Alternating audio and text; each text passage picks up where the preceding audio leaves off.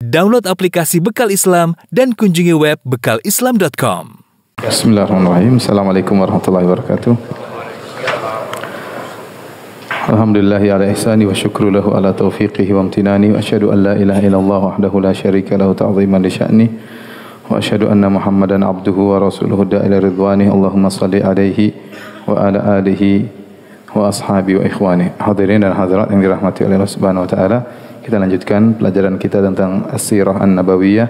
Pada pertemuan lalu telah kita jelaskan tentang orang-orang Yahudi yang mereka sudah mengenal betul tentang Nabi SAW dan mereka telah menanti-nantikan kedatangan Rasulullah SAW. Tatkala falamma ja'ahum ma arafu kafaru bih, tatkala datang apa yang mereka tunggu-tunggu, yang mereka nanti-nantikan selama ini, yang mereka bangga-banggakan selama ini, tatkala datang justru mereka kafir kepada Nabi sallallahu alaihi wasallam. Tidak ada sebab kecuali hasadan min indi anfusihim, karena mereka hasad. Ternyata Nabi terakhir tersebut bukan dari Bani Israel, tapi dari suku Arab. Ini yang buat mereka tidak mau beriman kepada Nabi Muhammad sallallahu alaihi wasallam. Dan hasad mereka semakin besar, semakin berkobar tatkala mereka melihat Islam tersebar di kota Madinah di kemudian hari, ya. Tidaklah ada satu rumah pun di kota Madinah kecuali ada orang-orang yang beriman di rumah tersebut kepada Rasulullah sallallahu alaihi wasallam. Demikian juga sekelompok orang-orang penduduk Madinah dari suku Aus Khazraj, ada yang tidak mau beriman kepada Nabi sallallahu alaihi wasallam dan mereka juga bergabung bersama orang-orang Yahudi dalam rangka untuk memusuhi Rasulullah sallallahu alaihi wasallam. Secara umum orang-orang Yahudi semua memusuhi Nabi sallallahu alaihi wasallam, tapi di sana ada tokoh-tokoh mereka, ya, yang nanti kita banyak bercerita tentang mereka di kemudian hari, ya.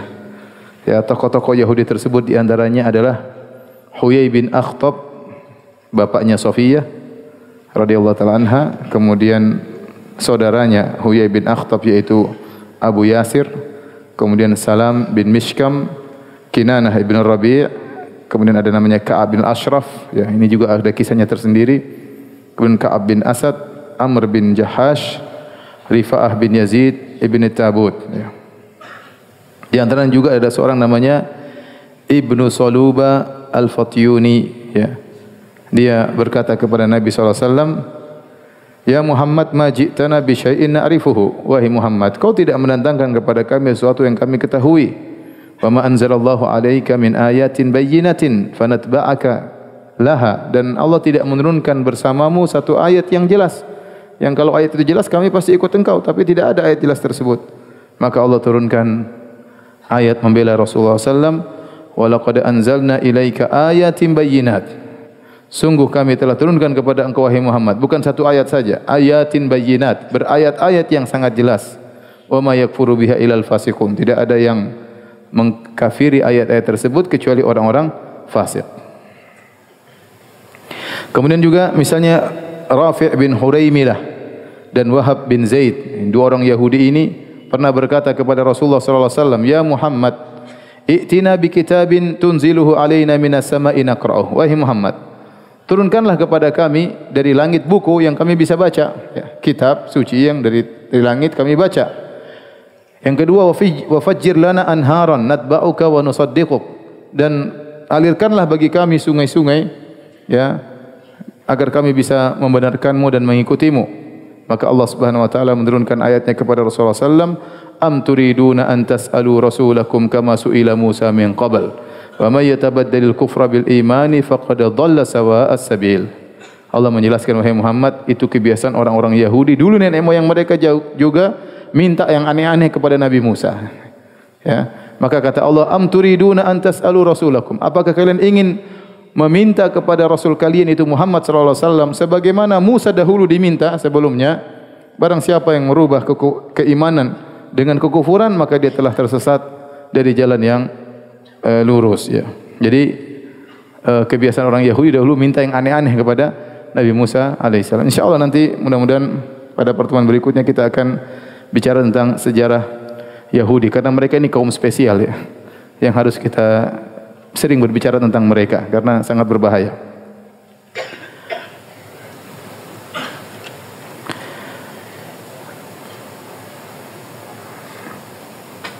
Kemudian juga Imam Al-Bukhari dan Imam Muslim meriwayatkan dalam sahih mereka dari Ibnu Abbas radhiyallahu anhuma bahwasanya Nabi sallallahu alaihi wasallam memanggil sekelompok Yahudi. Kemudian Nabi bertanya kepada mereka tentang sesuatu, ternyata mereka tahu jawabannya namun mereka sembunyikan. Lalu mereka mengabarkan kepada Nabi dengan jawaban yang lain. Ya, dan mereka memperlihatkan kepada Nabi bahwasanya mereka ingin dipuji oleh Nabi sallallahu alaihi wasallam karena mereka telah mengabarkan kepada Nabi apa yang Nabi tanyakan. Dan mereka gembira dengan apa yang mereka sembunyikan. Sudah mereka jawabnya salah, ingin dipuji, kemudian mereka bangga dengan apa yang mereka sembunyikan, maka Allah turunkan firman-Nya, "Wa idz akhadallahu mitsaqal ladzina utul kitaba latubayyinunnahu lin-nasi wa la taktumunah." Tatkala Allah telah mengambil perjanjian kepada ahlul kitab, yaitu orang Yahudi, bahwasanya kalian sungguh-sungguh akan menjelaskannya kepada manusia. Yaitu kalian harus menjelaskan tentang kebenaran, tentang Rasulullah sallallahu alaihi wasallam kepada manusia. Wala taktumunah, dan jangan kalian sembunyikan kebenaran.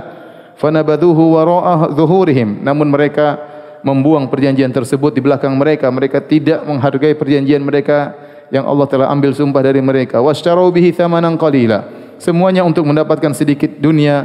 Fabi'sa ma yashtarun, sungguh buruk apa yang mereka tukarkan tersebut. Adik-adik Ibnu Katsir tatkala mengomentari ayat ini, beliau mengatakan bahwa ini adalah cercaan Allah kepada orang-orang Yahudi Ahlul Kitab.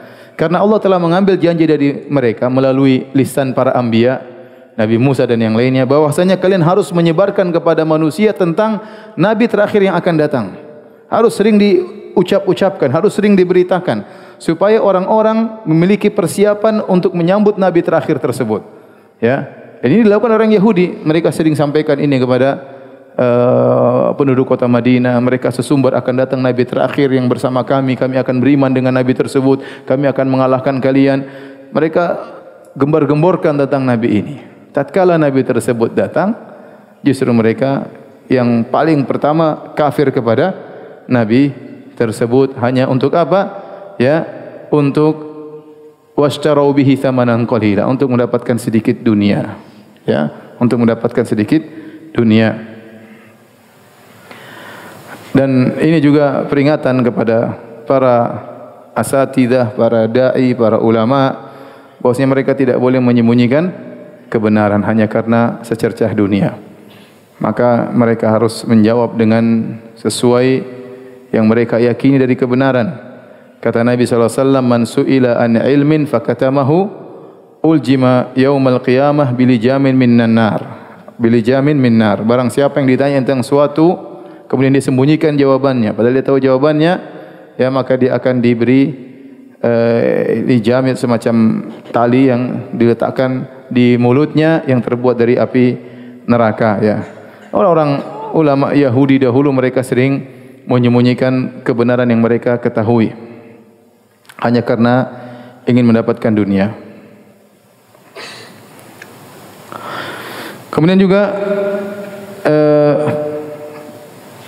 sebagian orang Yahudi datang kepada Rasulullah sallallahu alaihi wasallam. Mereka berkata, "Ya Muhammad, innaka qad arafta anna ahbaru Yahud wa asrafuhum wa sadatuhum." Wahai Muhammad, kau tahu kami adalah para ulama Yahudi.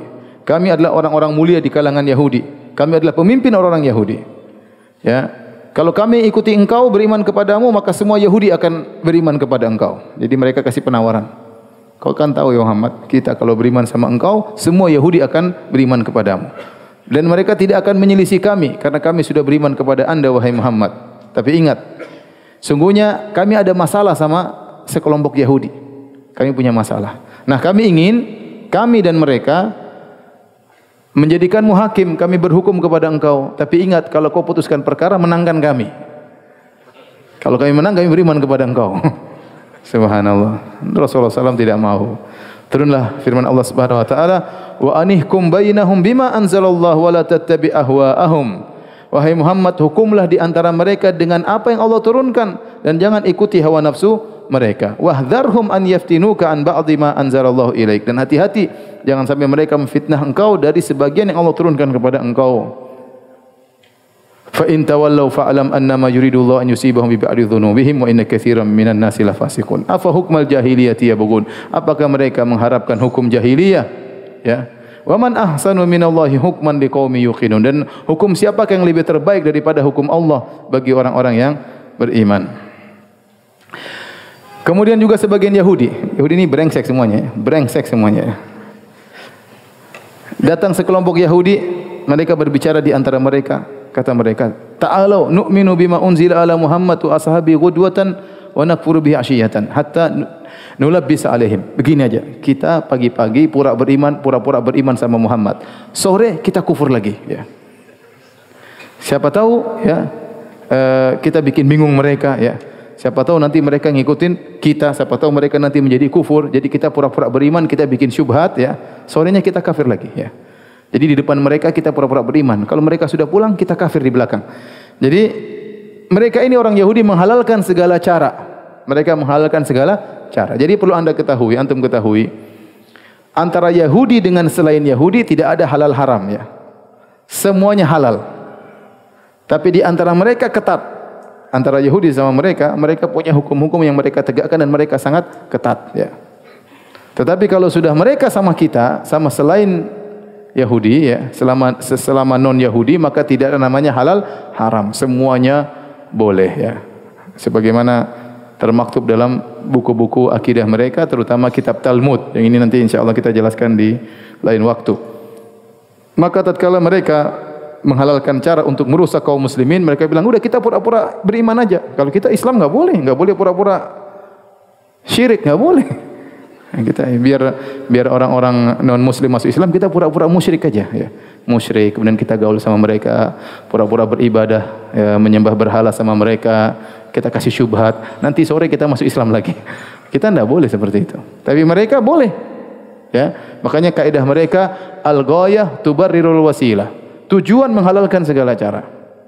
Pokoknya tujuannya ini, apapun yang boleh kita lakukan, yang penting tujuannya agar orang-orang Islam bisa meninggalkan murtad, meninggalkan agama mereka. Maka kita tidak apa-apa pura-pura masuk Islam. Maka Allah turunkan firman-Nya, ya ahlal kitab lima talbisunal haqqa bil batil wa taktumunal haqqa wa antum ta'lamun. Wahai ahlul kitab, kenapa kalian mencampur adukan antara kebenaran dengan kebatilan dan kalian menyembunyikan kebenaran padahal kalian mengetahui kebenaran tersebut.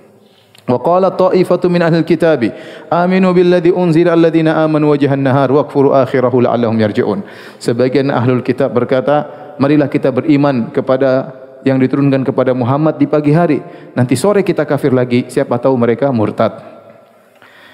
Inilah orang-orang Yahudi. Kemudian, ya, Allah Subhanahu Wa Taala melarang kaum muslimin, ya, untuk berkasih sayang sama orang-orang Yahudi. Makanya tatkala ada sebagian kaum muslimin menampakkan kasih sayang kepada dua tokoh Yahudi, yaitu Rifa'ah bin Zaid dan Suwaid bin Harith, dan mereka ini orang Yahudi munafik, ya. Kemudian ada sebagian kaum muslimin menampakkan kasih sayang kepada mereka, maka Allah tegur. Kata Allah, ya ayyuhalladzina amanu la tattakhidhul ladzina ittakhadhu dinakum huzwan wa la'iban minal ladzina utul kitaba min qablikum wal kuffara awliya. Wahai orang yang beriman, janganlah kalian menjadikan orang-orang Yahudi ahlul kitab yang mempermainkan agama ini, menjadikan agama sebagai senda gurau dan permainan, ejekan dari kalangan Yahudi dan juga orang-orang kafir. Jangan kalian menjadikan mereka sebagai wali-wali kalian. Wattaqullaha in kuntum mu'minin. Bertakwalah kepada Allah jika kalian benar-benar beriman. Demikian juga Allah turunkan ayat yang menegur, ya ayyuhalladzina amanu la tattakhidhu bitanatan min dunikum la ya'lunakum khabala waddu ma anittum qad badatil baghdha'u min afwahihim wa ma tukhfi sudurum akbar qad bayyana lakumul ayati in kuntum taqilun. Kata Allah, wahai orang yang beriman, jangan kalian menjadikan orang-orang Yahudi sebagai teman-teman dekat kalian, yang kalian teman ngobrol, kalian ceritakan rahasia kalian. Ya, kalau bertetangga enggak ada masalah, tapi jadi teman dekat, kemudian jadi teman ngobrol, teman musyawarah, enggak boleh, ya. Yang mereka berusaha memberikan kemudaratan kepada kalian. Mereka berangan-angan timbul perkara-perkara yang menyusahkan kalian. Qad badatil baghdha'u min afwahim. Sungguh telah nampak permusuhan dari lisan-lisan mereka. Wa ma tukhfi sudurum akbar. Dan apa yang disembunyikan permusuhan dalam dada mereka lebih besar lagi. Qad bayyana lakumul ayati in kuntum taqilun. Sungguh kami telah jelaskan bagi kalian ayat-ayat agar jika kalian berfikir. Orang Yahudi ya, mereka mengetes Nabi sallallahu alaihi wasallam. Ya, untuk dalam rangka apa? Untuk ngejek Nabi sallallahu alaihi wasallam ya. Al-Imam Al-Bukhari dan Muslim meriwayatkan dari Ibnu Mas'ud, beliau berkata, "Baina ana ma'an Nabi sallallahu alaihi wasallam fi harthin wa huwa muttaqi'un ala asibin." Suatu hari aku bersama Nabi sallallahu alaihi wasallam di suatu semacam mazra'ah, kebun ya. Kemudian Nabi sedang bertelekan pada pelepah korma. Idz marral yahud, tiba-tiba sekelompok Yahudi lewat. Faqala ba'dhum li ba'dhin, sebagian mereka bicara. Saluhu anir ruh, tanya Muhammad tentang ruh, tanya. Jadi mereka ingin tanya Nabi yang Nabi tidak bisa jawab ya. Ya, katanya Nabi enggak bisa jawab, intinya gitulah maksudnya. Tanya dia. Faqalu ma rabakum ilaihi? Apa hajat kalian sama dia? Sudah enggak usah tanya-tanya. Ya. Jangan sampai nanti dia jawab kalian jadi jengkel. Enggak usah tanya. Kata mereka, tanya. Jangan, nanti kalau dia jawab kita jadi enggak enak. Sudah tanya aja. Tanyakan kepada Muhammad tentang ruh. Akhirnya mereka datang. Muhammad, apa itu ruh? Subhanallah. Pertanyaan susah ya. Pertanyaan susah ya. Tentang ruh, siapa yang tahu tentang ruh? Maka Nabi SAW tidak bisa jawab. Ya. Sampai akhirnya turun wahyu kepada Rasulullah SAW. Tatkala turun wahyu, maka Allah mengatakan, wa yas'alunaka 'anir ruh, qulir ruhu min amri rabbi. Mereka bertanya kepada engkau tentang ruh, katakanlah ruh adalah urusanku. Wa ma utitum minal ilmi illa qalila. Kalian tidak diberi ilmu kecuali sangat sedikit. Artinya ilmu yang kalian miliki sangat sedikit, tidak bisa menyingkap hakikat ruh. Tidak bisa. Jadi pertanyaan Yahudi enggak usah dijawab wahai Rasulullah. Karena ruh ini memang tidak ada yang bisa tahu bagaimana hakikat ruh. Sampai kata para ulama, kalau ada 1000 orang berkumpul untuk mendefinisikan ruh, akan ada 1000 pendapat. Karena enggak ada yang tahu ruh itu apa. Dari apa dia terbuat, bagaimana cara masuk ke dalam tubuh manusia. Ya, enggak ada yang tahu. Yang tahu hanya Allah Subhanahu wa taala. Makanya Allah mengatakan, "Wa ma utitum minal ilmi illa qalila." Kalian tidak diberi ilmu kecuali sangat sedikit. Tidak bisa mengetahui hakikat ruh.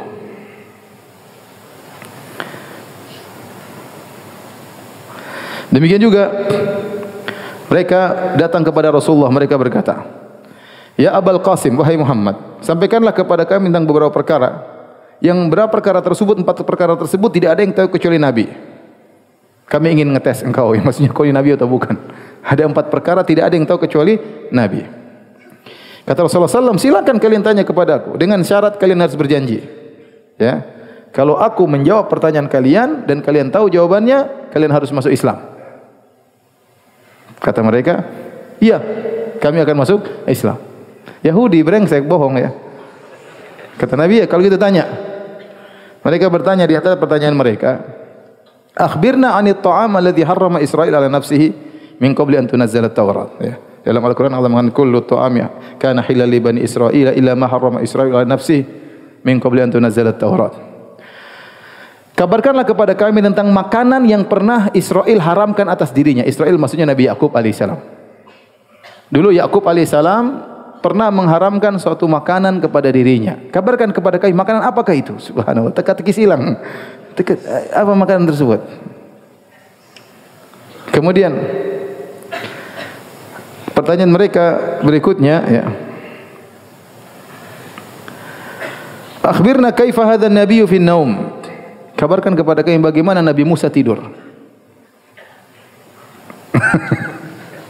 Nabi enggak pernah gaul sama Nabi Musa. Enggak pernah ngobrol, enggak pernah. Kita aja kadang ketemu tiap hari enggak tahu teman kita tidurnya bagaimana ya. Ngoroknya bagaimana, suaranya besarnya kecil kita enggak tahu, volumenya sebesar apa kita enggak tahu. Ketemunya cuma di masjid ya. Apalagi yang berbeda zaman antara Rasulullah SAW dengan Nabi Musa. Ya memang ini pertanyaan ngetes ya. Gimana Nabi Musa tidur? Kalau kita apa urusan anak mau tidur? Pertanyaan berikutnya, waman waliyuka minal malaikah? Siapa walimu dari kalangan malaikat? Siapa penolongmu? Malaikat banyak nih. Yang jadi penolongmu siapa? Muhammad. Kata Nabi SAW. Di antaranya juga pertanyaannya, ya, kabarkan kepada kami tentang mani atau air perempuan dari air lelaki. Bagaimana bisa muncul kesamaan atau laki atau perempuan dari hubungan intim ya. Kemudian Nabi berkata, kalian punya janji kalau aku kabarkan jawabannya kepada kalian, kalian akan mengikutiku masuk Islam. Mereka bilang, iya, Abul Qasim, wahai Muhammad, iya kita akan masuk Islam. Maka Rasulullah SAW mulai menjawab, unsyidukum billahi alladhi anzalat Taurata ala Musa. Aku bersumpah dengan Allah yang telah menurunkan Taurat kepada Musa. Hal ta'lamuna anna Israila Ya'qub marida maradan syadidan wa tala sukmuhu fanadhara lillahi nadharan la in syafahu Allah ta'ala min sukmihi la yuharrimanna ahabba syarabi ilaihi wa ahabba ta'am ilaihi. Tahukah kalian wahai orang Yahudi, sungguhnya nenek moyang kalian Ya'qub yaitu Israel pernah sakit parah. Kemudian sakitnya lama. Kemudian dia bernazar kepada Allah Subhanahu wa taala, kalau saya sembuh, saya akan mengharamkan makanan yang paling saya sukai dan saya akan mengharamkan minuman yang paling saya sukai. Dan minuman yang paling beliau sukai Israel Ya'qub alaihissalam adalah susu onta, dan makanan yang paling dia sukai adalah daging onta. Kata mereka, benar. Satu, kata Nabi sallallahu alaihi wasallam, Allahumma syahid alaihim, ya Allah jadi saksi. Kemudian jawaban pertanyaan kedua tentang masalah air mani laki-laki perempuan. Ya. Kata Nabi sallallahu alaihi wasallam, fa unsyidukum billahi alladzi la ilaha illahu. Aku bersumpah dengan nama Allah yang tidak ada sembahan yang berhak disembah kecuali Engkau. Alladzi anzala Taurata ala Musa, yang menurunkan Taurat kepada Nabi Musa. Hal ta'lamuna annama ar-rajuli ghalidun abyadu annama al-mar'ati raqiqun asfar fa ayyuhuma ala kana lahul walad wa syaba bi idznillah. Tahukah kalian wahai orang Yahudi, sungguhnya air mani lelaki yaitu putih dan kental, adapun wanita tipis dan kekuning-kuningan, maka mana di antara keduanya yang lebih mengungguli air maninya, maka disitulah akan muncul anak kemiripan dengan izin Allah Subhanahu wa taala. Kata mereka, Allahumma na'am, benar. Kata Rasulullah SAW, Allahumma syahid alaihim, ya Allah, ini yang kedua. Jawaban yang ketiga tentang tidurnya siapa? Nabi Musa. Kata Nabi sallallahu alaihi wasallam, fa unsyidukum billahi alladzi anzala Taurata ala Musa. Aku bersumpah dengan nama Allah yang telah menurunkan Taurat kepada Nabi Musa. Hal ta'lamuna anna hadzal nabiyya tanamu aynahu wa la yanamu qalbuhu? Tahukah engkau Nabi itu Musa alaihissalam tidur dua matanya tetapi hatinya tidak tidur? Dan demikianlah para nabi. Mata mereka tidur tapi hati mereka tetap terjaga. Qalu Allahumma na'am, benar. Tinggal satu pertanyaan. Kata Nabi, Allahumma syahid alaihim. Kata Nabi, benar ya Allah, jadilah saksi kepada mereka. 3 pertanyaan sudah dijawab. Akhirnya mereka tahu, tinggal pertanyaan terakhir. Antal an, kata mereka, wahai Muhammad, sekarang kabarkan kepada kami pertanyaan keempat. Siapa penolongmu dari kalangan para malaikat? Jawaban ini yang terakhir yang penentu. Kita gabung sama engkau atau kita pisah sama engkau? Rasulullah SAW jawab, wali Jibril walam yab'atsillahu azza wa jalla nabiyyan qatila huwa waliyuhu. Penolongku adalah Jibril alaihissalam, dan tidak seorang nabi pun yang Allah utus kecuali penolongnya adalah malaikat Jibril. Kata mereka, inilah permasalahannya. Kami tidak mau sama engkau, ya. Kalau seandainya penolongmu malaikat yang lain, kita jadi teman. Kalau enggak, jadi mereka memang benci sama siapa? Jibril. Fama yamna'ukum an tusaddiquhu. Kenapa kalian tidak membenarkan Jibril? Kata Rasulullah SAW. Kata mereka, innahu aduwwuna minal malaika. Itu malaikat satu itu musuh kami. Masya Allah. Yahudi kurang ajar bermusuhan sama malaikat Jibril. Kata Allah turunkan firman-Nya, "Kul man kana aduwwan li Jibril fa innahu nazzalahu ala qalbika bi idznillah." Barang siapa yang bermusuhan kepada Jibril, sungguhnya Jibril telah menurunkan Al-Quran kepada hatimu dengan izin Allah Subhanahu wa taala. Intinya mereka tidak mau beriman karena jengkel sama malaikat Jibril. Kemudian juga Al-Imam Al-Bukhari, Imam Muslim meriwayatkan dalam sahih mereka berdua dari Abdullah bin Umar radhiyallahu anhuma. Kata Ibnu Umar, orang-orang Yahudi datang kepada Rasulullah sallallahu alaihi wasallam dan mereka menyebutkan ada seorang lelaki di antara mereka berzina dengan seorang wanita. Terang-terangan atau sembunyi-sembunyi? Sembunyi-sembunyi tentunya, sembunyi-sembunyi. Faqala lahum Rasulullah sallallahu alaihi wasallam, maka Rasulullah SAW berkata kepada mereka. Jadi mereka sampaikan kepada Nabi. Kata Nabi, "Ma tajiduna fit Taurati fi sya'nir rajm?" Apa yang kalian dapati dalam Taurat tentang hukum rajam? Ada enggak Taurat sebutin rajam dalam Taurat? nyebut-nyebut rajam. Faqalu, mereka berusaha mengelak seakan-akan tidak ada rajam di Taurat. Kata mereka, nafdahuhum wa yujladun. Kami kalau ada yang berzina, kami permalukan, yaitu kami taruh hitam-hitam di wajahnya, kemudian kami arak, kami cambuk, ya. Tapi enggak ada rajam, kata mereka. Akhirnya Abdullah bin Salam yang sudah kita ceritakan pada 2 pekan yang lalu, yang pendeta Yahudi yang masuk Islam, ya, dia langsung mengomentari, kata dia, kadzabtum, kalian dusta. Inna fiha rajam, sungguhnya di Taurat ada penyebutan hukum rajam. Fa'atau bit Taurati fanasharuha, lalu mereka datangkan Taurat, mereka buka Taurat. Taurat dulu dibuka lebar. Suruh cek mana rajam. Fa wada'a ahaduhum yadahu ala ayatir rajam. Kemudian mereka satunya buka sambil nutup ayat. Situ ada ayat rajam. Enggak ada. Enggak ada. Faqara, mereka baca sebelumnya dan sesudahnya, tidak ada rajam. Kata Abdullah bin Salam, irfa yadak, ente angkat tanganmu. Diangkat, oh iya ada rajam. Kata mereka, benar-benar Muhammad, ada ayat rajam. Ya emang udah tahu, cuma mereka sembunyi. Kalau udah ketahuan mau apa lagi? Jadi dalam riwayat yang lain mereka datang kepada Nabi SAW, kemudian ada seorang lelaki Yahudi sedang dikasih coretan hitam di wajahnya, ya, mungkin dengan arang, kemudian dicambuk. Kemudian Nabi panggil, ahakada tajiduna hadazina fi kitabikum? Apakah begini cara hukum had kepada orang yang berzina dalam Taurat? Kata mereka, iya begini Muhammad, memang begini. Ya. Akhirnya Rasulullah SAW bertanya, anshuduka billah alladhi anzala Taurat ala Musa. Panggil ulama kalian. Aku meminta kepada engkau dengan bersumpah dengan nama Allah yang telah menurunkan Taurat kepada Musa. Ahakadha tajiduna hadazina fi kitabikum? Apakah begini cara menegakkan hukum had kepada orang yang berzina dalam Taurat? Akhirnya dia mengaku, kata dia, la wallahi, tidak begitu. Ya. Yang benar adalah dengan rajam.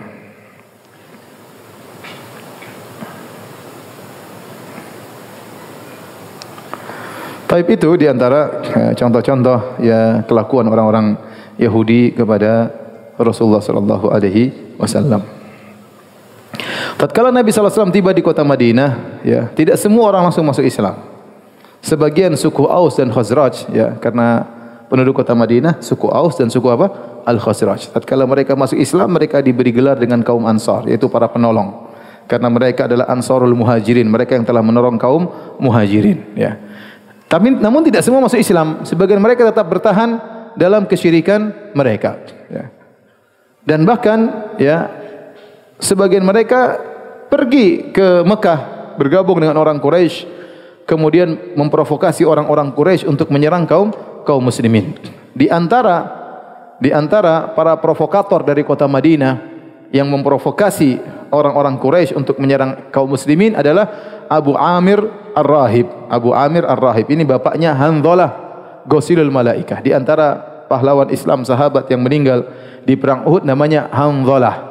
Beliau ini waktu ikut perang belum sempat mandi junub, sehingga waktu meninggal dunia Nabi melihat para malaikat memandikannya. Nabi bertanya, coba tanyakan kepada istrinya, ada apa gerangan kok dimandingkan oleh malaikat? Ternyata dia belum sempat mandi junub, dia sudah ikut peperangan, akhirnya mati syahid. Dia mati syahid dan di surga. Bapaknya penjahat besar. Bapaknya penjahat besar, namanya Abu Amir. Abu Amir, yaitu Amr bin Saifi, ya, dari suku Aus, dari suku Al-Aus, ya. Dia ini waktu di zaman jahiliyah dia masuk Nasrani. Kemudian dia membaca Alkitab. Kemudian dia punya ibadah. Orang-orang senang dengan dia karena dia menasihati dan yang lainnya. Sehingga orang banyak mendengarkan wejangan-wejangannya. Tatkala Nabi datang dia hasad. Karena semua orang berpaling meninggalkan dia menuju kepada siapa? Rasulullah sallallahu alaihi wasallam. Tadinya dia yang jadi ustaz, ya. Kemudian datang Nabi sallallahu alaihi wasallam, dia ditinggal, orang-orang pada pergi menuju ke Rasulullah sallallahu alaihi wasallam. Maka dia pun jengkel, dia hasad. Kemudian dia pun pergi menuju ke Mekah memprovokasi orang-orang Quraisy, ya, untuk menyerang kaum muslimin.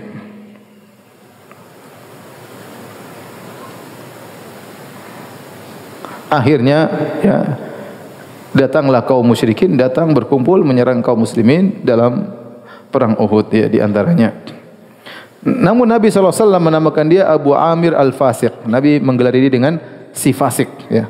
Tadinya namanya Abu Amir Ar-Rahib, Abu Amir sang pendeta, Abu Amir sang ustad kalau bahasa kita ya. Ternyata diganti dengan Nabi apa? Abu Amir Al-Fasiq ya. Abu Amir si fasik.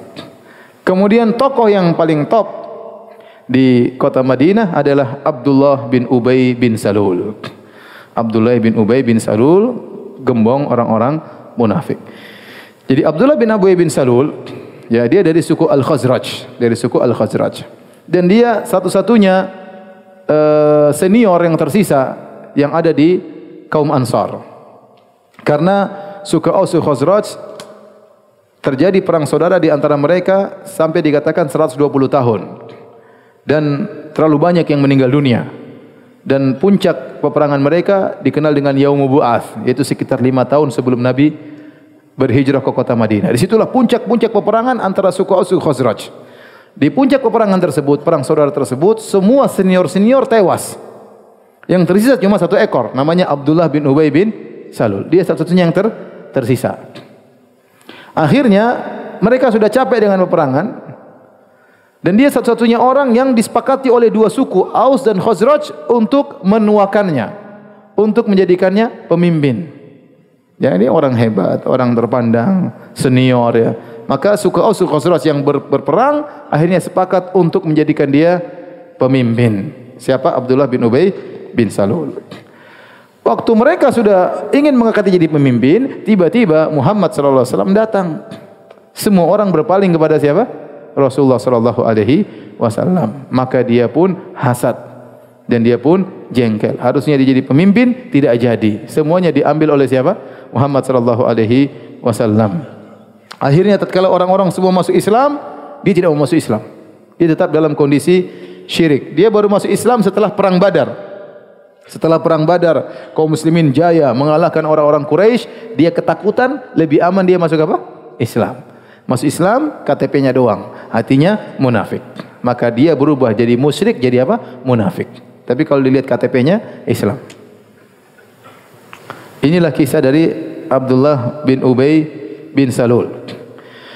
Al-Imam Al-Bukhari Imam Muslim meriwayatkan dari Usama bin Zaid radhiyallahu taala anhuma, bahwasanya suatu hari Rasulullah sallallahu naik himar, naik keledai, ya, memakai pakaian dari yang tebal dari Fadakiyah, itu yang berasal dari kota Fadak dekat kota Madinah. Kemudian Nabi membonceng Usamah bin Zaid, yang ya anaknya Zaid bin Harithah. Kemudian Nabi dalam rangka menjenguk Sa'ad bin Ubadah radhiyallahu taala anhu, ya. Jadi kaum Ansar semuanya muda-muda ya. Ya. Sa'ad bin Mu'adz pemimpin suku Aus, Sa'ad bin Ubadah pemimpin suku Khazraj. Ini semua belum 40 tahun, masih 30-an ke atas. Yang tua cuma siapa? Abdullah bin Ubay bin Salul. Makanya kata para ulama, sebagaimana pernah kita sampaikan, dakwah di kota Madinah lebih mudah karena gembong-gembongnya sudah pada tewas ya. Tinggal satu yang masih tersisa, Abdullah bin Ubay bin Salul ya. Beda di kota Mekah, gembong-gembong masih ada semua. Susah ya. Di Madinah anak muda dan mereka mudah menerima Islam. Nah, suatu hari Nabi SAW membonceng Usamah bin Zaid, menjenguk Sa'ad bin Ubadah, pemimpin suku Al-Khazraj, ya, menjelang perang Badar, sebelum perang Badar. Kemudian Nabi melewati majelis, lagi orang kumpul-kumpul, situ ada Abdullah bin Ubay bin Salul, lagi duduk situ. Waktu itu Abdullah bin Ubay bin Salul belum masuk Islam, dia masuk Islam setelah perang Badar. Kemudian ternyata di majelis tersebut akhlat, kumpul orang bermacam-macam, ada musyrikin, ada musyrikin penyembah berhala yaitu Abdullah bin Ubay bin Salul dan teman-temannya, ada sahabat kaum muslimin dan ada orang-orang Yahudi. Dan di dalam majelis tersebut ada sahabat Abdullah bin Rawahah radhiyallahu anhu yang dari kalangan kaum muslim. Jadi Abdullah bin Ubay bin Salul pemimpin majelis, ada Yahudi, ada musyrikin, ada kaum muslimin. Tatkala Nabi melewati majelis mereka, maka debu yang bekas pijakan himarnya, keledainya Nabi sallallahu alaihi wasallam mengenai majelis mereka. Maka Abdullah bin Ubay bin Salul khammara anfahu, dia pun tutup hidungnya dengan kainnya, dengan selendangnya. Kemudian dia berkata kepada Rasulullah, "Tugabbiru alaina." Jangan bikin debu sama kami. Rasulullah SAW mengucapkan salam kepada mereka. Kemudian Nabi SAW turun dari himarnya. Kemudian Nabi SAW mendakwahi mereka untuk masuk Islam. Nabi bacakan Al-Quran kepada mereka. Setelah Nabi baca Quran, Abdullah bin Ubay bin Salul komentar. Kata dia, "Ayyuhal mar'." Wahai si fulan. Dia tidak sebut nama Nabi. Kata dia, "Wahai engkau." Ya. Innahu la ahsana mimma taqul in kana haqqan. Yang kau sampaikan tu paling bagus kalau benar. Masalahnya enggak benar. Fala tu'dzina bihi fi majalisina. Jangan kau ganggu kami dengan Al-Qur'an di majelis-majelis kami. Jangan kau ganggu kami. Irji ila rahlika. Pulang sana ke rumahmu, kata Abdullah bin Ubay bin Salul. Dia orang tua senior. Dia jengkel sama Nabi SAW. Pulang saja ke rumahmu. Faman ja'aka faqsus alaihi. Sudah kau duduk aja di rumahmu. Kalau ada yang datang, cerita sana, cerita kisah-kisahmu itu. Ya, tapi jangan ganggu kami dengan cerita-ceritamu. Abdullah bin Rawaha ada di situ dan dia sahabat. Dia mengatakan, "Bala ya Rasulullah, faqsina bihi fa majlisina fa inna nuhibbu dzalik." "Nah, ya Rasulullah, cerita aja. Kita ingin dengar ceritamu." Akhirnya terjadi pertengkaran di antara mereka. Kaum muslimin, kaum musyrikin, Yahudi ribut. Kaum muslimin bela Nabi. Musyrikin sama Yahudi ngantem Nabi SAW. Sampai hampir mereka bertengkar. Satu bela Nabi, satu membenci Nabi SAW. Akhirnya Nabi suruh mereka diam. Falam yazal Nabi SAW yukhfidhuhum. Rasul bilang, sudah berhenti. Sampai semuanya terdiam. Setelah semua terdiam, Nabi pergi. Nabi naik lagi himarnya, kemudian sampai kepada Sa'ad bin Ubadah. Lagi sakit. Kata Nabi SAW kepada Sa'ad bin Ubadah, Nabi sedih mendengar perkataan Abdullah bin Ubay bin Salul. Kata Nabi, "Ya Sa'ad, alam tasma' maqala Abu Hubab?" Ya Sa'ad, tidak kau dengar apa yang diucapkan oleh Abdullah bin Ubay bin Salul? Qala kadza wa kadza. Tadi dia bilang begini. Rasulullah sampaikan. Maka Sa'ad nasihati Nabi SAW atau menyampaikan pendapat dia. Sa'ad berkata, "Ya Rasulullah, u'fu anhu wasfah anhu." Ya Rasulullah, maafkanlah Abdullah bin Ubay bin Salul. Lapangkanlah dadamu terhadap Abdullah bin Ubay bin Salul. Walladzi anzala alaikal kitab. Demi Allah yang menurunkan Al-Quran kepadamu. Laqad ja'a Allahu bil haqqi alladzi anzala alaik. Sungguh Allah telah mendatangkan kebenaran melalui engkau yang Allah turunkan kepadamu. Wa laqad istalaha ahlu hadhil buhairah ala an yutawwijuhu fayu'assibunahu bil isabah. Sungguh kami ini suku Khazraj penduduk kota Madinah, kita sudah sepakat untuk menjadikan dia pemimpin sebenarnya. Sebelum kau datang wahai Muhammad, wahai Rasulullah SAW. Falamma aballahu dzalika bil haqq alladhi a'taka Allahu syarika bidzalik. Tatkala Allah mengirimkan engkau membawa kebenaran, tidak jadi. Akhirnya dia kayak keselak sini, jengkel. Kata siapa namanya? Kata Sa'ad bin Ubadah. Fadzalika fa'ala bihi ma ra'ait. Karena itu dia ngomong begitu sama engkau wahai Rasulullah. Fa'afa anhu Rasulullah SAW. Maka Nabi pun maafkan siapa? Abdullah bin Ubay bin Salul. Dan Nabi dan para sahabatnya maafkan kaum musyrikin. Ya. Dan Allah merintahkan hal tersebut. Dalam riwayat yang lain dari Anas bin Malik, dikatakan kepada Nabi SAW, "Lau ataita Abdullah bin Ubay." Ya Rasulullah, bagaimana kalau kau datang menemui Abdullah bin Ubay bin Salul? Qala, dakwahi dia pemimpin di kota Madinah. Maka Nabi pun berjalan menuju Abdullah bin Ubay bin Salul. Kemudian Nabi naik himarnya. Ya. Kemudian tatkala Nabi sampai kepada Abdullah bin Ubay bin Salul, maka dia berkata, "Ilaika anni, pergi engkau. Wallahi laqad adzani natnu himarik." Sungguh baunya himarmu telah menggangguku. Pergi. Sombong ya. Pergi. Ya. Maka ada seorang dari kaum Ansor bela Nabi. Kata dia, kaum Ansor, "Wallahi la himar Rasulullah SAW atyabu rihan minka." Ada yang bela Nabi. Kata dia, "Wahai Abdullah bin Ubay bin Salul, itu keringatnya himarnya Nabi lebih harum daripada ente." Lebih harum daripada ente. Ente bilang tadi bau, itu baunya masih lebih harum daripada ente. Maka Abdullah bin Ubay bin Salul pun ngamuk. Ya. Ada seorang pun ngamuk membela Abdullah bin Salul. Akhirnya ribut sama sahabat tersebut. Ya. Mereka sering pukul-pukulan pakai pelepah korma, ada yang lempar-lemparan pakai sendal dan yang lainnya. Ya.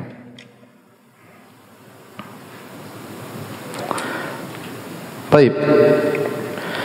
Tatkala orang-orang Quraisy mengetahui ya orang-orang musyrikin yang masih ada di kota Madinah benci dengan Rasulullah sallallahu alaihi wasallam, maka ini dijadikan kesempatan oleh orang Quraisy Mekah untuk memanfaatkan mereka untuk memusuhi Nabi sallallahu alaihi wasallam. Maka mereka pun kirim surat kepada Abdullah bin Ubay bin Salul, ya.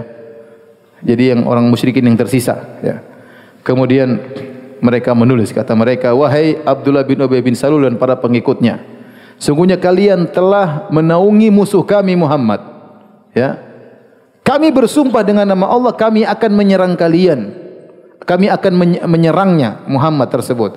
Atau kalian usir dia. Sungguh kami akan berjalan menuju kalian. Ya, kalau kalian tidak mengusir dia, kami akan menyerang kalian. Ini ancaman dari orang-orang Quraisy. Jadi mereka tulis surat, ente-ente semua sudah naungi Muhammad. Sekarang usir dia dari negeri kalian. Kalau tidak, kami akan datang, kami serang kalian juga sekalian.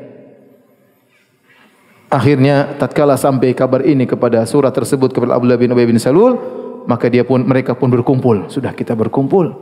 Gimana kalau kita serang Muhammad sallallahu alaihi wasallam? Ternyata mereka sedang rapat, Nabi datang kepada mereka. Nabi bilang, kayaknya ancaman Quraisy telah menakuti kalian. Nabi ternyata sudah tahu apa yang mereka rencanakan. Akhirnya mereka pun tercerai-berai, enggak jadi nyerang Rasulullah SAW karena rencana sudah ketahuan.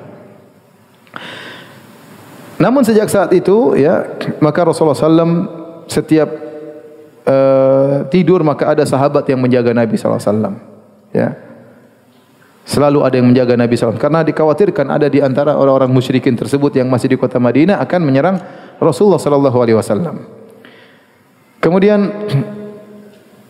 sebagian sahabat berkata, fabaina nahnu kadzalik sami'na khashkhashata silah. Tatkala kami sedang berjaga begadang menjaga Nabi SAW, tiba-tiba kami mendengar bunyi pedang, ya, pedang. Kemudian Nabi bertanya, "Man hadza? Siapa ini? Kau ada bunyi pedang?" Maka Sa'ad bin Waqqas berkata, "Sa'ad bin Abi Waqqas. Aku Sa'ad bin Abi Waqqas yang datang membawa pedang." Kata Rasulullah SAW, Ma ja'a bika, apa yang buat kau datang kemari? Kata dia, waqa'a fi nafsi khaufun ala Rasulillah faji'tu ahrusuhu. Terbetik dalam hatiku kekhawatiran terhadap Nabi, maka aku pun datang untuk menjaganya. Maka Rasulullah SAW pun mendoakan Sa'ad bin Abi Waqqas radhiyallahu taala anhu. Baik, azan aja dulu. Kalau ada yang bertanya saya persilahkan.